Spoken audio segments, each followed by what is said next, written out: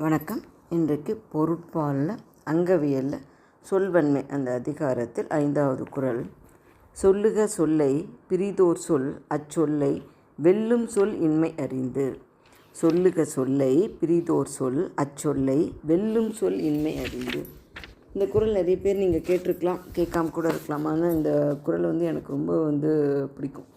அதாவது சொல் வன்மை அப்படிங்கிறது அந்த சொல் எவ்வளோ ஆற்றல் மிகுந்ததாக இருக்கணும் அப்படிங்கிறத நமக்கு உணர்த்தக்கூடிய ஒரு குறள்.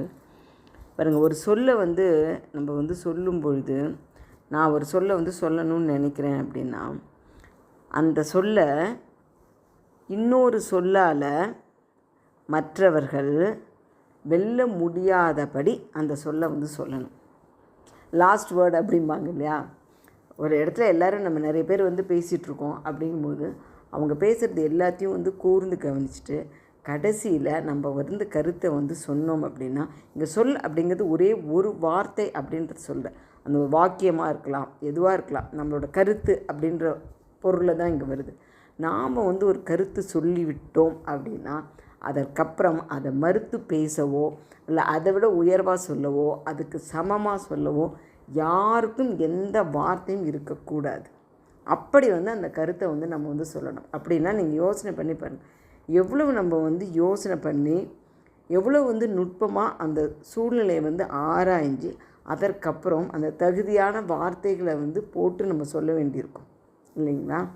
அது அப்போ நீங்கள் இந்த மாதிரிலாம் நம்ம பேசணும் அப்படின்னு ஆரம்பித்தோன்னு வச்சுக்கோங்களேன், நம்மளோட பேச்சே குறைஞ்சி போயிடும்.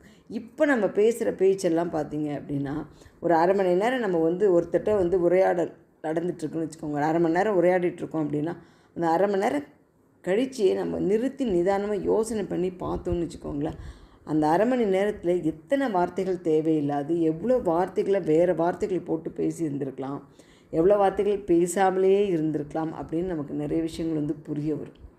ஆனால் அப்படியெல்லாம் இல்லாமல் அந்த உரையாடலில் நான் ஒரு 10 வார்த்தையோ இல்லை ஒரு 5 கருத்தோ ஏதோ ஒன்று சொல்லியிருக்கேன் அப்படின்னா திரும்பி உட்காந்து யோசனை பண்ணி பார்த்தா பரவாயில்ல, சரியாக தான் சொல்லியிருக்கேன், தேவையில்லாமல் நிறைய நான் பேசலை அப்படின்னு நமக்கே தெரிஞ்சுதுன்னு வச்சுக்கோங்களேன். அப்போ நம்ம நல்லா பேசியிருக்கோம் அப்படின்னு புரிஞ்சுக்கலாம் நமக்கு இது. ஆனால் ஒரு அமைச்சருக்கு அப்படிங்கும்போது வரும்போது இதனுடைய என்ன சொல்கிறது, அந்த வீரியம் அப்படின்னு சொல்லுவோம் இல்லைங்களா, அது இன்னும் அதிகமாகிறது. ஏன் அப்படின்னா, நாம் நம்மளோட பேச்சினாலேயோ நம்மளோட கருத்தினாலேயோ பெரிய மாற்றங்கள் இருக்கிறதில்ல. ஆனால் ஒரு அமைச்சனுடைய கருத்து அப்படிங்கிறது அரசனுக்கும் அந்த நாட்டிற்கும் மிகப்பெரிய விளைவை ஏற்படுத்தக்கூடியது. அதுவும் ஒரு ஆலோசனை மண்டபத்தில் இருக்காங்க அப்படின்னா, நான் முதல்ல சொன்ன மாதிரி அந்த சூழ்நிலையை நீங்கள் கற்பனை பண்ணி பாருங்கள்.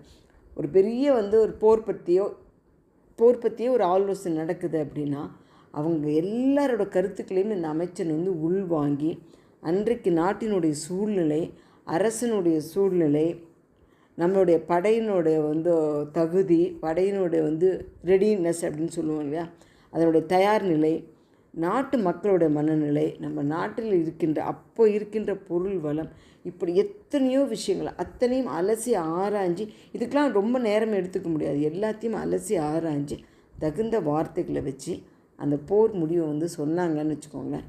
அதற்கப்புறம் ஒரு வார்த்தை கூட மறு வார்த்தை யாரும் பேச முடியாதபடி அந்த கருத்து இருக்கணும். அது அமைச்சனுக்கு ரொம்ப ரொம்ப தேவை. அதுதான் இங்கே சொல்கிறார். வீட்டிலையும் நம்ம ஒரு சூழ்நிலையை அலசி ஆராயும் போது யார் கருத்து சொல்கிறோமோ அவங்களுக்கும் இந்த திறமை தேவை. அதனால் பேசுகிறதுக்கு முன்னாடி நல்ல யோசனை பண்ணி பேசுங்க. அதுதான் நமக்கான கருத்து. சரிங்களா? நன்றி, வணக்கம். நாளை அடுத்து